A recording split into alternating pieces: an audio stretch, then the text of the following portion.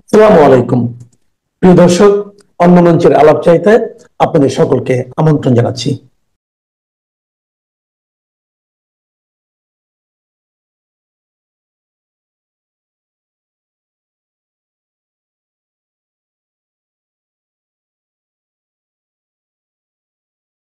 জানেন ইতিমধ্যে দুদিন আগের একটি খবর যে রাজধানীর গুলশানে হোটেল ওয়েস্টিন থেকে যুক্তরাষ্ট্রের এক নাগরিকের লাশ উদ্ধার করা হয়েছে। গত রোববার দুপুরের পর 50 বছর বয়সী টেরেন্স আরভেল জ্যাকসন নামের এক ব্যক্তির লাশ তার হোটেলের কক্ষ থেকে উদ্ধারের তথ্য দেন গুলশান থানা। গুলশান থানার ওসি বলেন, ওই ব্যক্তির লাশ ময়নাতদন্ত ছাড়া নিজেদের জিম্মায় নিয়ে গেছে ঢাকায় মার্কিন দূতাবাস। পুলিশ বলছে যে ব্যবসায়িক কাজে কয়েক মাস আগে বাংলাদেশে আসেন তিনি। গত শনিবার 30 অগস্ট উঠেছিলেন ওয়েস্টিনে। ওসি হাফিজুর রহমান বলেন, রোববার দুপুরে কক্ষ থেকে বের না হয় হোটেল কর্তৃপক্ষ জ্যাকসনকে ডাকাডাকি করে সাড়া পায়নি। পরে পুলিশ ও মার্কিন দূতাবাসের কর্মকর্তাদের উপস্থিতিতে দরজা খোলার পর তাকে কক্ষে পড়ে থাকতে দেখা যায়। দূতাবাসের তরফে একজন চিকিৎসক সহ অন্যান্য কর্মকর্তা মৃতদেহটি পরীক্ষা করেন। পরে স্বাভাবিক মৃত্যু হয়েছে এমন ধারণা পাওয়ার পর দূতাবাসের কর্মকর্তারা বিনা ময়নাতদন্তে লাশটি নিজেদের জিম্মায় নিয়ে যান, যোগ করেন গুলশান থানার ওসি। ঘটনাস্থলে পুলিশের অপরাধ তদন্ত বিভাগ, পুলিশ ব্যুরোর অফ ইনভেস্টিগেশন সহ অন্যান্য তদন্তকারী ইউনিটের কর্মকর্তারা গিয়েছিলেন। যাই হোক, একটি লাশ উদ্ধার হয়েছে মার্কিন নাগরিকের, তাও আবার, এবং শোনা যায় যে মার্কিন দূতাবাসী ওয়েস্টিন হোটেল ম্যানেজ করা, বুক করা করে দিয়েছিলেন এই মার্কিন নাগরিককে। তিনি শনিবার হোটেলে উঠেছিলেন এবং রোববার পর্যন্ত কোনো খাবার দাবার কোনো কিছুর অর্ডার দেননি বিধায় তাকে ডাকাডাকি করা হয়। পরে ডাকাডাকি না করে মাস্টার কি দিয়ে রুমের দরজা খুলে তাকে উদ্ধার করা হয় এবং তাকে মৃত পাওয়া যায়। এগুলো কেন? এগুলো রহস্যজনক। এটি শুধু যে একটা মৃত এবং ময়নাতদন্ত করা হলো না, একটি মানুষ স্বাভাবিক মৃত্যু না, একটা হোটেলে মারা গেল, ময়নাতদন্ত ছাড়া তার লাশটি নিয়ে যাওয়া হলো মার্কিন দূতাবাসের জিম্মায়। কেন? এই প্রশ্নগুলো এসে যায়। এই প্রশ্নগুলো উদ্ধার করতে ভারতীয় গণমাধ্যম নর্থ ইস্ট নিউজ একটি স্টোরি করেছে, একটি অনুসন্ধানী প্রতিবেদন করেছে। তাতে নর্থ ইস্ট নিউজ শিরোনাম করেছে যে এই ব্যক্তি আসলে ছিলেন সামরিক কর্মকর্তা। এর শিরোনামটি এমন যে ঢাকার ওয়েস্টিন হোটেলে মৃত অবস্থায় পাওয়া আমেরিকান ছিলেন মার্কিন special forces command officer Terrence Arvel Jackson. তার লিঙ্কইন পেজে জানা যায় যে 20 বছরের বেশি অভিজ্ঞতা ছিল এবং তিনি এশিয়া থিয়েটারে একাধিক যুদ্ধে অংশ নিয়েছেন।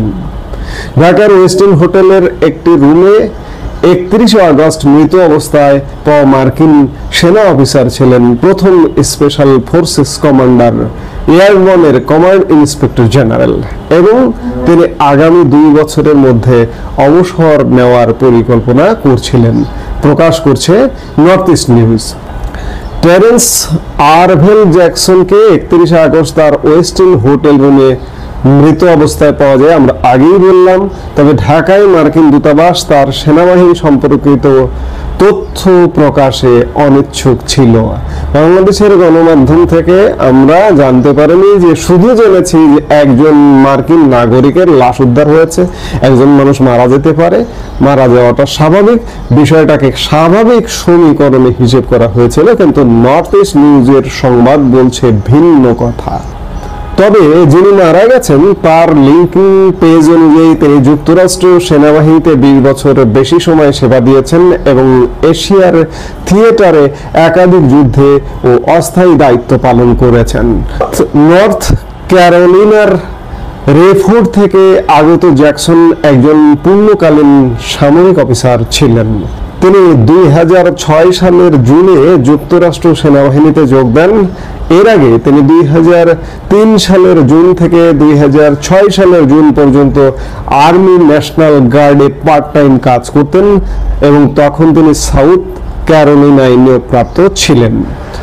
জ্যাকসনের লিঙ্কডইন পেজে লেখা আছে, আমার পূর্ববর্তী সামরিক পেশা ছিল ইনফ্যান্ট্রি অফিসার 11A এবং আমার বর্তমান পেশা স্পেশাল ফোর্সেস অফিসার বা 18A।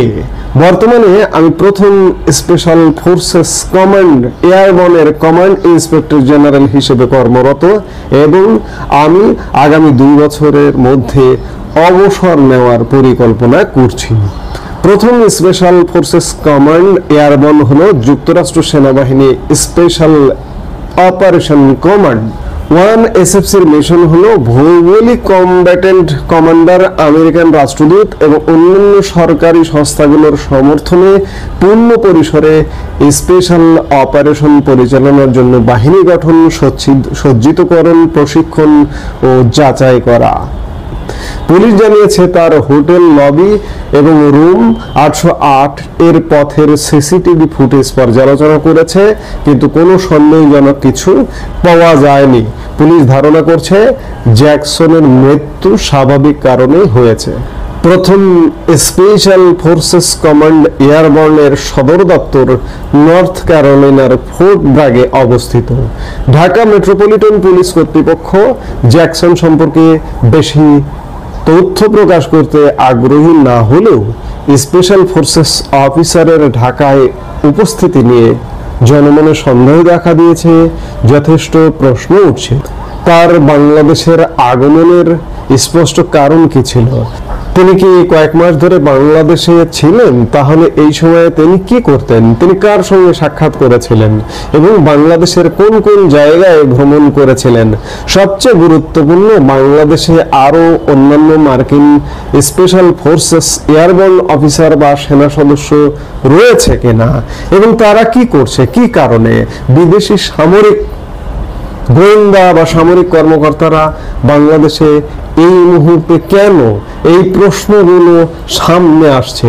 আমরা নিশ্চয়ই এই প্রশ্নগুলোর উত্তর পাবো, অভ্যন্তরীণ কারণে হোক কিংবা এই লাশটি উদ্ধার হবার ফলে। আপনারা জানেন যে চীনের তিয়ানজিনে 2 দিন ব্যাপী সাংহাই কোঅপারেশন অর্গানাইজেশনের বৈঠক অনুষ্ঠিত হয়েছে এবং এই বৈঠক, এই সম্মেলনটি শেষে সোমবার রাতে নয়াদিল্লিতে ফিরেছেন ভারতের প্রধানমন্ত্রী নরেন্দ্র মোদী। তিনি সেখানে সাংহাই কোঅপারেশন অর্গানাইজেশন বা এসসিও জোটের শীর্ষ সম্মেলনে অংশ নেন। চীনের প্রেসিডেন্ট শি জিনপিং ও রাশিয়ার প্রেসিডেন্ট ভ্লাদিমির পুতিনের সাথেও দ্বিপাক্ষিক বৈঠক করেন। মার্কিন প্রেসিডেন্ট ডোনাল্ড ট্রাম্পের আরোপ করা চড়া হারের ট্যারিফের মোকাবেলায় ভারতকে যখন কড়া চ্যালেঞ্জের মুখে পড়তে হয়েছে, ঠিক সেই সময়, সেই প্রেক্ষাপটে এই সফরকে ভারতের জন্য খুব গুরুত্বপূর্ণ বলে মনে করা হচ্ছিল। এই সফরের মধ্য দিয়ে প্রধানমন্ত্রী অবশ্যই ওয়াশিংটনকে একটি কড়া বার্তা দিতে চেয়েছেন, রাশিয়া ও চীনের সঙ্গে ভারতের দৃঢ় সম্পর্ক স্থাপনের ইঙ্গিত দিয়ে। নিজের অফিসিয়াল এক্স হ্যান্ডেলে করা পোস্টে নরেন্দ্র মোদী লেখেন, চীনে একটি ফলপ্রসূ সফর শেষ করলাম, এসসিও শীর্ষ সম্মেলনে অংশ নিয়েছি, বিশ্ব নেতাদের সঙ্গে আলোচনা করেছি এবং গুরুত্বপূর্ণ বৈশ্বিক ইস্যুতে ভারতের অবস্থান তুলে ধরেছি। চীন, রাশিয়া ও ভারত দীর্ঘদিন ধরেই এসসিওকে পশ্চিম বিশ্বের জোট, ন্যাটোর বিকল্প একটি মঞ্চ হিসেবে তুলে ধরার চেষ্টা করছে। আবার নানা কারণে এসসিওতে সম্পৃক্ততার বিষয়ে ভারতের নানা দ্বিধাও কাজ করেছে। বস্তুত এর আগে বেশ কয়েকটি এসসিও শীর্ষ সম্মেলনে প্রধানমন্ত্রী নরেন্দ্র মোদী নিজে না গিয়ে তিনি বরাবর প্রায় প্রতিনিধি পাঠিয়েছেন। বিশেষ করে বিদেশ মন্ত্রী এস জয়শঙ্করকে তিনি পাঠিয়েছেন, কিন্তু এবার তার ব্যতিক্রম ঘটিয়ে তিনি নিজেই সশরীরে তিয়ানজিনে গিয়েছিলেন। গত 7 বছরের মধ্যে চীনে এটাই ছিল তার প্রথম সফর। এই উল্লেখযোগ্য সফরটিতে গিয়ে রোববার সফরের প্রথম দিনই শি জিনপিং এর সঙ্গে দ্বিপাক্ষিক বৈঠক করেন নরেন্দ্র মোদী। সেখানে প্রধানমন্ত্রী মোদী বলেন, ভারত চীনের সহযোগিতা সমগ্র মানব জাতির কল্যাণ বয়ে আনবে। পৃথিবীর 280 কোটি মানুষ যে এই দুটো দেশে থাকে সে কথাও মনে করিয়ে দেন তিনি। অন্যদিকে প্রেসিডেন্ট শি বার্তা দেন, বিশ্ব আজ একটি রূপান্তরের পথে। এশিয়ান ড্রাগন এবং হাতি একসঙ্গে এগোলে তা হবে সময়ের দাবি। তিনি আরো বলেন, আমরা বিশ্বের 2 প্রাচীনতম সভ্য দেশ এবং সর্বাধিক জনবহুল রাষ্ট্র। আমাদের পরস্পরের বন্ধু ও সৎ প্রতিবেশী হয়ে একসাথে এগোতে হবে। চীন ও ভারত যে পরস্পরের প্রতিপক্ষ নয় বরং সহযোগিতার অংশীদার, সে কথাও বলেন তিনি। বৈঠকে প্রধানমন্ত্রী আরো জানান, ভারত ও চীনের মধ্যে সরাসরি বিমান পরিষেবা অচিরেই চালু হতে যাচ্ছে, যা গত 5 বছরের বেশি সময় ধরে বন্ধ ছিল। আপনারা নিশ্চয়ই জানেন যে ভারত এবং চীনের মধ্যে সরাসরি বিমান সার্ভিস, বিমান চলাচল পর্যন্ত বন্ধ, এমনটাই বৈরী সম্পর্ক ভারত এবং চীনের মধ্যে। শুল্ক নিয়ে আমেরিকার চাপ মোকাবেলায় ভারত এখন চাইবে চীন ও রাশিয়ার কাছাকাছি আসতে, এমন একটা ধারণার কথা সম্প্রতি বহু পর্যবেক্ষকই বলেছেন। এসসিও সম্মেলনের দ্বিতীয় দিন দেখা গেছে নরেন্দ্র মোদী, ভ্লাদিমির পুতিন ও শি জিনপিং তিনজনে একসঙ্গে মিলে সৌহার্দ্যের এক বিরল দৃশ্য তুলে ধরতে।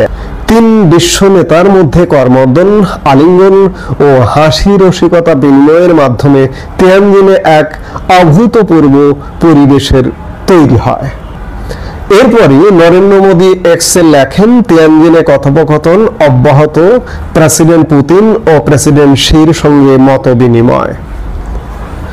অন্য আরেকটি পোস্টে তিনি লেখেন, প্রেসিডেন্ট পুতিনের সঙ্গে দেখা হওয়াটা সবসময় আনন্দের।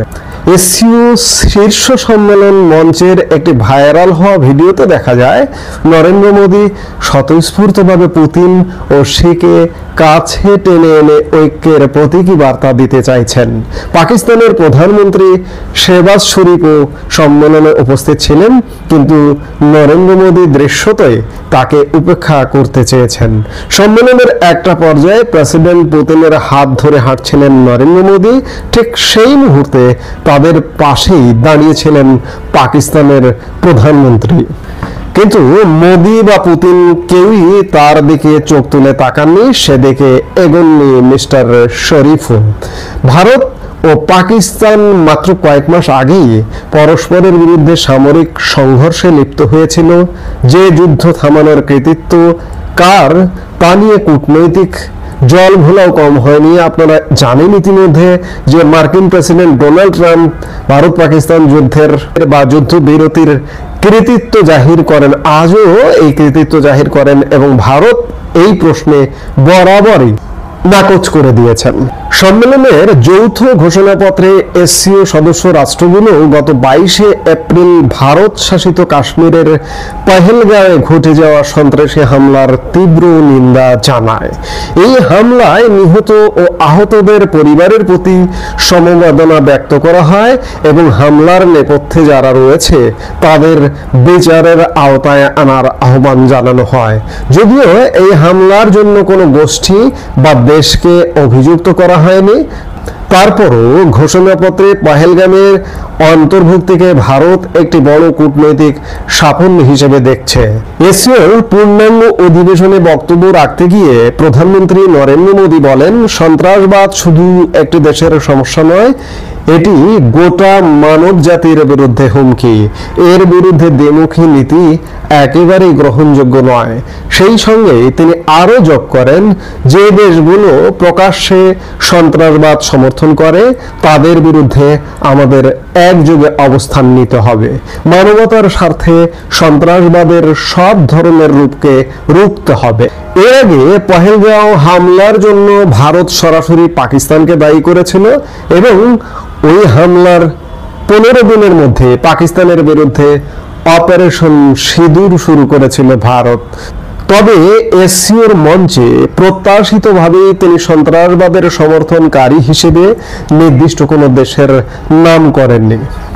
তবে নরেন্দ্র মোদী কিন্তু চীনের বিরুদ্ধে বার্তা দিতেও ছাড়েননি। এই বৈঠকে চীনের প্রেসিডেন্টের সঙ্গে ফলপ্রসূ দ্বিপাক্ষিক বৈঠক করলেও চীনের belt and road initiative BRI নিয়ে ভারত তাদের আপত্তির বিষয়টিও পরোক্ষভাবে তিয়ানজিনে তুলে ধরেছে। BRI প্রকল্প যেহেতু পাকিস্তান শাসিত কাশ্মীরের মধ্য দিয়ে যায় এবং সেটিকে ভারত নিজেদের অবিচ্ছেদ্য অংশ বলে দাবি করে থাকে, তাই চীনের এই প্রকল্পটিকে ভারত নিজেদের সার্বভৌমত্বের লঙ্ঘন হিসেবে দেখে। সেই কারণে চীনের বেল্ট অ্যান্ড রোড ইনিশিয়েটিভকে ইঙ্গিত করে প্রধানমন্ত্রী মোদী বলেন, সংযোগ তখনই অর্থবহ যখন তা সার্বভৌমত্ব ও আঞ্চলিক অখণ্ডতাকে সম্মান করে, অন্যথায় সেটা কিন্তু আস্থা হারায়। পাশাপাশি তিনি এটাও জানান, ভারত চাইছে ইরানের চাবাহার বন্দর ও উত্তর দক্ষিণ আন্তর্জাতিক করিডোরের মাধ্যমে আফগানিস্তান ও মধ্য এশিয়ার সঙ্গে টেকসই একটি কানেক্টিভিটি বা সংযোগ স্থাপন করতে। ইরানের এই চাবাহার বন্দরটি প্রধানত ভারতের অর্থায়নে নির্মিত হয়েছে, যেটিকে মধ্য এশিয়া ও আফগানিস্তানে ভারত তাদের গেটওয়ে বা প্রবেশমুখ হিসেবে দেখছে। এই সম্মেলনে আমরা আরেকটি খুব উল্লেখযোগ্য ঘটনা দেখেছি, কারপুল কূটনীতি। এশীয় সম্মেলনের আনুষ্ঠানিকতার শেষে প্রেসিডেন্ট পুতিনের সঙ্গে একই লিমুজিনে চাপেন প্রধানমন্ত্রী নরেন্দ্র মোদী। গাড়ির পেছনের সিটে দুজন পাশাপাশি বসে তারা শহরের রিটস কার্লটন হোটেল অভিমুখে রওনা হয়, যেখানে দুই নেতার মধ্যে দ্বিপাক্ষিক বৈঠক অনুষ্ঠিত হয়। পথে প্রায় 1 ঘন্টা তারা একান্তে কথাবার্তা বলেন। রাশিয়ার সংবাদ মাধ্যম বলছে, এই কথাবার্তা ছিল একেবারে গোপন, যা অন্যদের কানে পৌঁছানোর জন্য নয়। এটি কিন্তু খুব ইন্টারেস্টিং, কারণ হচ্ছে দ্বিপাক্ষিক বৈঠকের আগেই মোদী এবং পুতিন তাদের গাড়িতে একটা 1 ঘন্টার বৈঠক করে ফেলেছেন এবং এই বৈঠক সম্পর্কে পৃথিবী কিছুই জানে না। দুজনের মধ্যে 1 to 1 কথা হয়েছে। নরেন্দ্র মোদী ও ভ্লাদিমির পুতিনের বৈঠকে দুই দেশের মধ্যে বিশেষ ও সুবিধাজনক কৌশলগত অংশীদারিত্ব জোরালো করার ওপরও গুরুত্ব আরোপ করা হয়।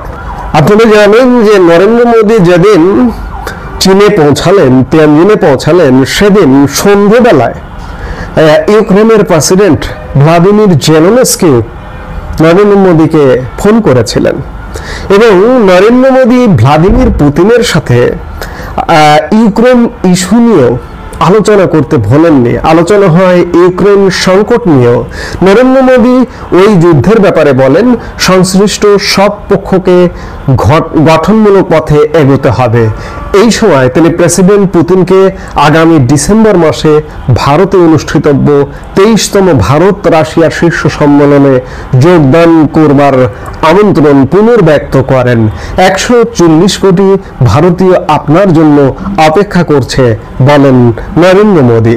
ক্রেমলিন অবশ্য আগেই জানিয়েছে যে এই সম্মেলনে যোগ দিতে প্রেসিডেন্ট পুতিন ডিসেম্বরে ভারত সফর করবেন। বেশ সফল একটি এসসিও সম্মেলন হয়েছে, বৈঠকগুলো হয়েছে সফল। মোদী পুতিন, মোদী শি, মানে এই অঞ্চলে যে একটা প্রত্যাশিত জোট, পৃথিবী কেন্দ্র শক্তি বা ক্ষমতার একটা কেন্দ্র যে মার্কিন যুক্তরাষ্ট্র হয়ে বসে আছে। সাম্প্রতিক সময় এই তৎপরতা, বিশেষ করে চীন, রাশিয়া, ভারতের তৎপরতা, মার্কিন যে একক কর্তৃত্ব, সেই কর্তৃত্বকে খর্ব করবার একটা প্রচেষ্টা পৃথিবী দেখছে এবং এই বৈঠকটা ইতিমধ্যে শেষ হয়ে গেছে। প্রধানমন্ত্রী নরেন্দ্র মোদী দেশে ফিরে এসেছেন। এর প্রভাব আমরা হয়তো খুব শীঘ্রই দেখতে পাবো এবং মার্কিন কর্তৃত্ব কোথায় কোথায় আছে, কিভাবে আছে, সেগুলো আস্তে আস্তে লেজ গুটায় কেনা, সেটি দেখবার জন্য হয়তো আমাদের আরো কিছু সময়, আরো কিছু দিন অপেক্ষা করতে হবে। আমি আসলে প্রত্যেকটা বক্তব্যের পরেই বলি, কারণ ডিসিশনে আসতে পারি না। আমরা যে বিষয়গুলো নিয়ে আলাপ করি সেই বিষয়গুলো নিয়ে চূড়ান্ত সিদ্ধান্তে আসা যায় না, কারণ সম্ভাব্য সবকিছু সামনে কি ঘটবে তার উপরে ডিপেন্ড করে। এই ডিপেন্ড করবার কারণে আমাদের অপেক্ষা করতে হয় এবং দেখতে হয়। তো এসসিও সম্মেলন শেষে পৃথিবীর কি ঘটছে পৃথিবীতে, ভূ রাজনীতিতে কি ঘটছে সেটি দেখতেও আমাদের অবশ্যই অপেক্ষা করতে হবে। এই মুহূর্তে এ পর্যন্ত। সবাই ভালো থাকুন, সুস্থ থাকুন।